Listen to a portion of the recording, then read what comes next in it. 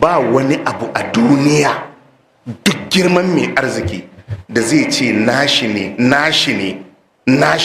bayan waɗannan abubuwa guda biyu, in ji manzon Allah.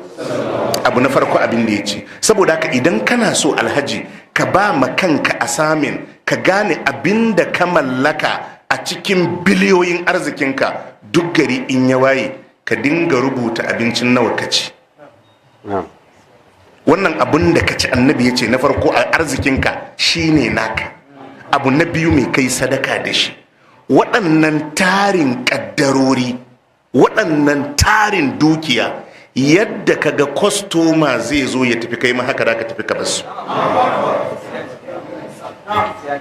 Duk girman plazar ka, yadda kaga kwastoma zai zo ya sayayya a plazan ya tafi ya bar plazan, wallahi haka kai ma za ka tafi ka bar plazan, ko kin kofa ba za ka ɗauka ba. Jama'a mun fahimta?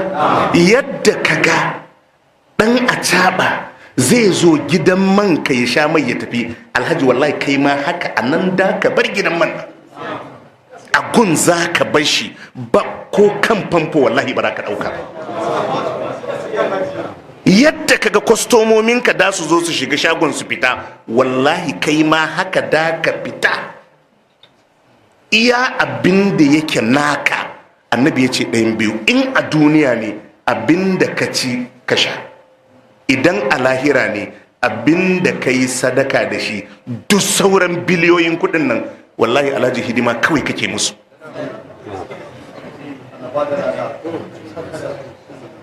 Yanzu wadda ya fahimci wannan zai yi wasa da sadaka?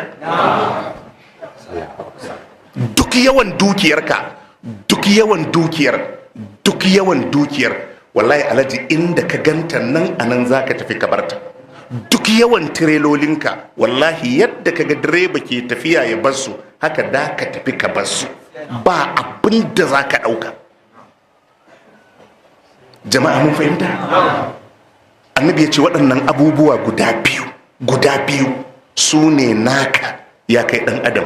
Abinda ka ci ka sha to ka tsira da shi. Saboda haka idan kana samun riban naira miliyan 1 a duk rana, to ka lissafa a ranar kai abincin nawa kake ci.